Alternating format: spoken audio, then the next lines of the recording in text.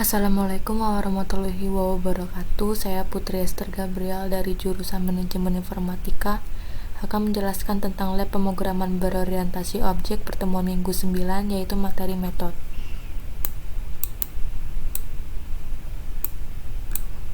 Di bahasa pemrograman yang lain, metode serupa dengan prosedur dan fungsi. Metode digunakan untuk memodularisasi program melalui pemisahan satu tugas menjadi satu unit tersendiri. Metode digunakan untuk menghindari kode yang berulang di dalam program. Dengan pemaketan kode sebagai metode, memungkinkan program mengeksekusi potongan kode itu di beberapa lokasi di dalam program dengan memanggil metode itu, tanpa harus menuliskan potongan kode yang termuat di metode tersebut. Saya akan menampilkan codingan dan hasil input dari materi metode. Ini contoh codingan metode. Saya akan menampilkan contoh input perkenalan metode. Ini codingan yang pertama. Dan ini yang kedua.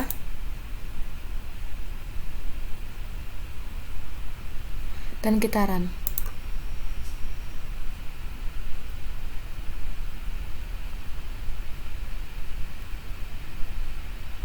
Dan akan muncul seperti ini, dan kita masukkan data kita.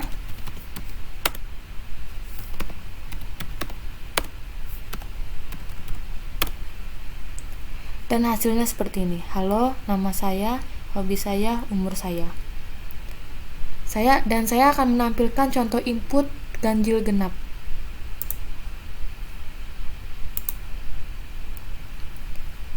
Ini contoh codingannya. Dan ini contoh codingannya juga yang kedua. Dan ini harus benar-benar tidak ada yang error, karena kalau salah satu aja error, tidak akan bisa jalan untuk mengeluarkan inputnya. Kita run. Dan akan muncul seperti ini, dan kita akan masukkan bebas angka berapa aja. Kita masukkan angka 37.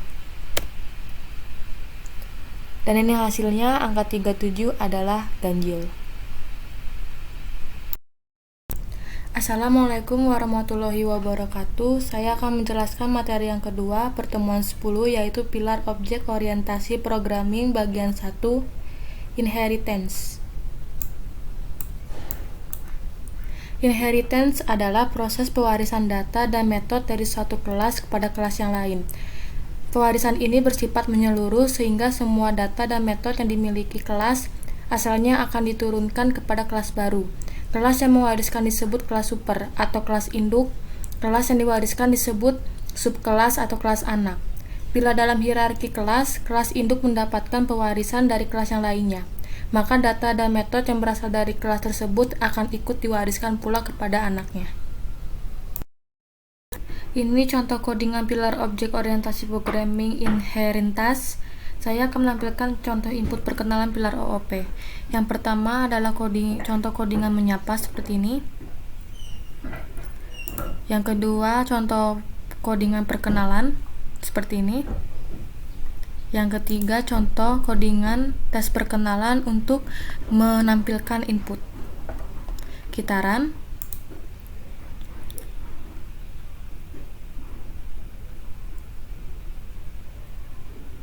Dan keluar inputnya seperti ini. Kita masukkan data kita.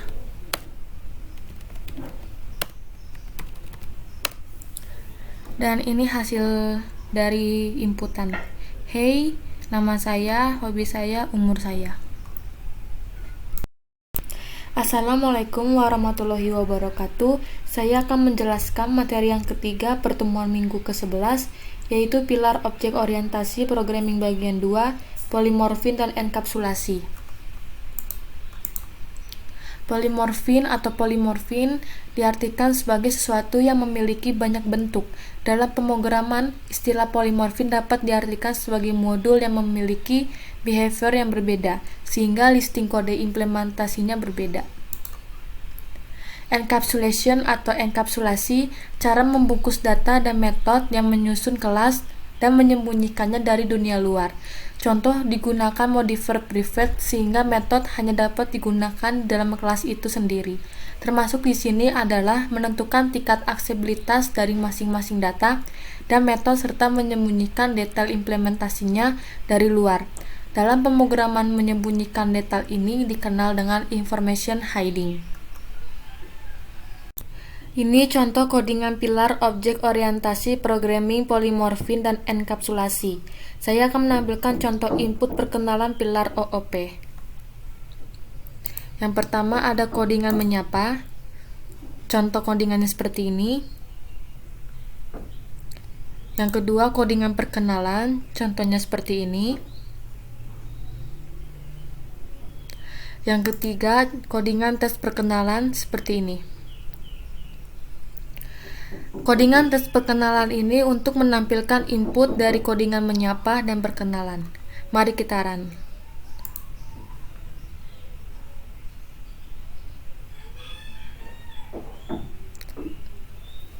Dan akan keluar input seperti ini.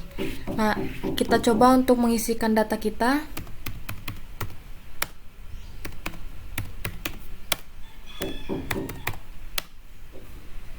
Dan ini hasil inputannya.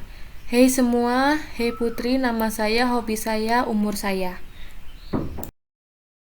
Assalamualaikum warahmatullahi wabarakatuh. Saya akan menjelaskan materi yang keempat pertemuan minggu ke-12, yaitu inner class, abstract class, dan interface. Yang pertama, inner class. Inner class adalah kelas yang disisipkan di dalam kelas yang lain. Fungsi inner class ini untuk mendukung suatu proses yang akan dijalankan oleh kelas utamanya. Ketentuannya yang pertama, kelas yang mengandung inner class ketika dikomplikasi akan dihasilkan file. Kelas untuk keduanya. File akan memiliki nama kelas terluar, nama kelas inner class. Yang kedua, kelas terluar bertanggung jawab untuk menciptakan objek dari kelas innernya. Yang kedua, abstract class. Abstract class adalah kelas yang terletak pada posisi tertinggi dari hierarki kelas dan menjadi basis untuk menurunkan kelas-kelas lainnya. Bentuk umumnya seperti ini. Catatan, yang pertama, abstract class tidak dapat diinisialisasi secara langsung menjadi objek, hanya bisa dengan proses pewarisan. Kelas turunan atau anak subkelas harus mendefinisikan detail implementasi dari metode-metode abstract class. Yang ketiga, interface. Interface adalah kumpulan metode yang hanya memuat deklarasi dan struktur metode tanpa detail implementasinya. Bentuk umumnya seperti ini. Catatan, yang pertama, interface digunakan untuk mengaplikasikan suatu metode yang spesifik, yaitu metode yang tidak diperoleh dari suatu proses pewarisan kelas. Yang kedua, karena metode tidak memiliki detail implementasi, maka programmer diberikan kelulusan untuk merancang dan mendefinisikan sendiri detail prosesnya. Ini contoh codingan inner class, abstract class, dan interface. Yang pertama, saya akan menampilkan input dari codingan inner class. Ini codingan yang pertama, contohnya seperti ini. Dan ini codingan yang kedua, tes inner class, contoh codingannya seperti ini. Dan kita akan menampilkan inputnya. Dan ini hasil inputnya, metode dalam berhasil dipanggil, metode luar berhasil dipanggil. Dan yang ketiga, saya akan menampilkan codingan dari abstract class. Ini contohnya. Dan yang keempat, saya akan menampilkan codingan dari interface. Ini contoh codingannya. Dan ini contoh codingan dari abstract class dan interface. Di sini tidak ada inputnya atau outputnya, jadi saya cuma menampilkan codingannya seperti ini. Assalamualaikum warahmatullahi wabarakatuh. Saya akan menjelaskan materi yang kelima pertemuan minggu ke-13, yaitu kelas string. Yang pertama, kelas string. Kelas string adalah deretan karakter. Pada bahasa pemrograman lain, string dianggap sebagai array dari karakter. Namun dalam Java, string diperlakukan sebagai suatu objek. Ada dua kelas string yang akan dibahas, yaitu kelas string dan kelas string buffer. Variabel atau objek dari kelas string dan kelas string buffer akan memiliki metode-metode. Yang kedua, clustering buffer. Clustering buffer merupakan alternatif dari clustering. Perbedaan dengan clustering buffer adalah clustering jika memanggil sebuah metode yang memanipulasi data, maka isi dari variabelnya tidak akan berubah. Sedangkan untuk clustering buffer akan berubah isi variabelnya. Ini contoh codingan clustering dan clustering buffer. Saya akan menampilkan contoh-contoh input dari clustering. Yang pertama, codingan dari contoh string. Seperti ini codingannya, dan kita tampilkan inputnya.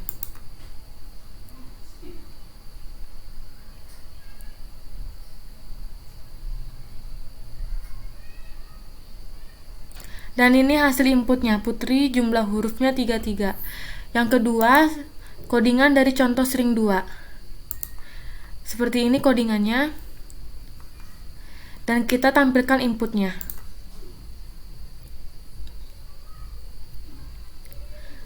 Dan ini hasil inputnya, Irma Kamelia digabungin jadi Irma Kamelia. Yang ketiga, codingan dari contoh string ketiga. Seperti ini codingannya. Dan kita tampilkan inputnya.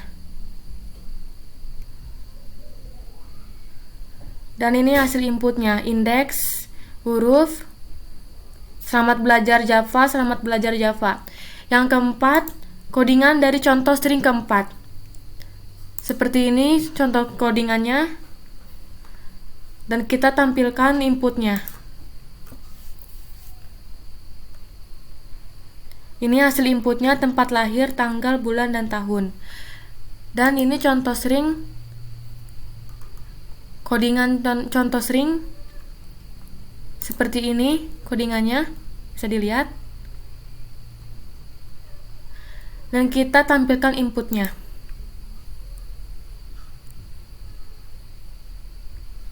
Dan ini hasil inputnya, selamat jumlah hurufnya 7, hasil delete index, hasil reverse, seperti ini contoh dari input string. Assalamualaikum warahmatullahi wabarakatuh. Sekian penjelasan materi-materi yang saya sampaikan.